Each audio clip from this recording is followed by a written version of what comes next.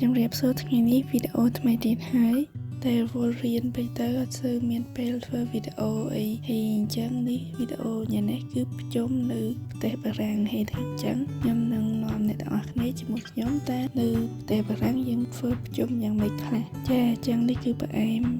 ដែលត្រៀមដើម្បីប្រគេនលោកហើយនឹងម្ហូបស្រាប់ប្រគេនលោកនឹងគឺឆាបន្លែហើយនឹងសឡំជូរគ្រឿងចារហ័សទៅគឺយើងត្រៀមបាយដើម្បីដាក់បាតលោកនឹងហើយអញ្ចឹងអ្នកមួយអញ្ចឹងណាចាឥឡូវគឺយើងចេញដំណើរទៅហើយឥឡូវមកដល់វត្តហើយវត្តនៅបារាំងចឹងឯងអត់សូវមានក្បាច់អីនៅស្រុកខ្មែរទេគឺធម្មតាចឹងចាឥឡូវគឺយើងមកអុជធូបនៅវត្តនៅបារាំងនេះកន្លែងអុជធូបអីគឺនៅក្រៅហើយនៅខាងក្នុងគឺលោកកំពុងសូត្រធម៌ចាបរិវេណជំវិញហ្នឹងគឺអញ្ចឹងឯងគឺដៃចែកទៅខាងនេះយើងថាកាត់ល្អទេផ្កាអូស្អាតបាទស្អាតចាលើកទី1ដែលខ្ញុំបានឃើញផ្កាចំបៃនៅស្រុកបារាំងនេះហើយស្អាតមែនទែនចឹងក៏ថតឲ្យបងប្អូនមើលដែរទៅពីព្រោះនៅស្រុកបារាំងយើងដាំផ្កានឹងអត់កោតទេអញ្ចឹងពេលឃើញចឹងគឺភ្ញាក់ផ្អើលមែនទែនចាញ៉ៃបុណ្យប្រជុំហ្នឹងគឺមនុស្សច្រើនមែនទែនសឹងតែមិនមានកន្លែងអង្គុយហើយនេះគឺយើងចូលបុណ្យនៅហ្នឹង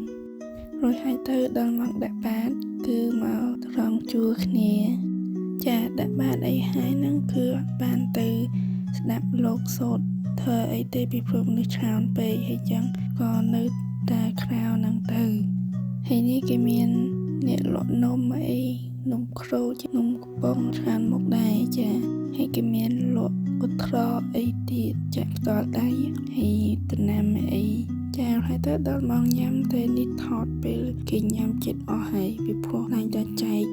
ញាទៅអីម្ហូបអាហារហ្នឹងទៅគឺអត់បានញ៉ាំខ្លួនឯងចឹងគឺថតតែបោះសល់តិចហ្នឹងឯងហើយញ៉ាំហ្នឹងគឺភ្លៀងទៀតប្រជុំរបស់គេមែនចាញ៉ាំបាយហើយមនុស្សគេទៅផ្ទះអស់អញ្ចឹងបានថតតិចនៅក្នុងវត្តហ្នឹងចាហើយថ្ងៃឡើងគេមានអុកទេគេមាន concert គេបន្តិចចាចឹងវីដេអូហ្នឹងគឺចប់សម្រាប់ឯងអរគុណច្រើនដែលបានមើលដល់ចប់បាយបាយជួបគ្នានៅវីដេអូក្រោយទៀត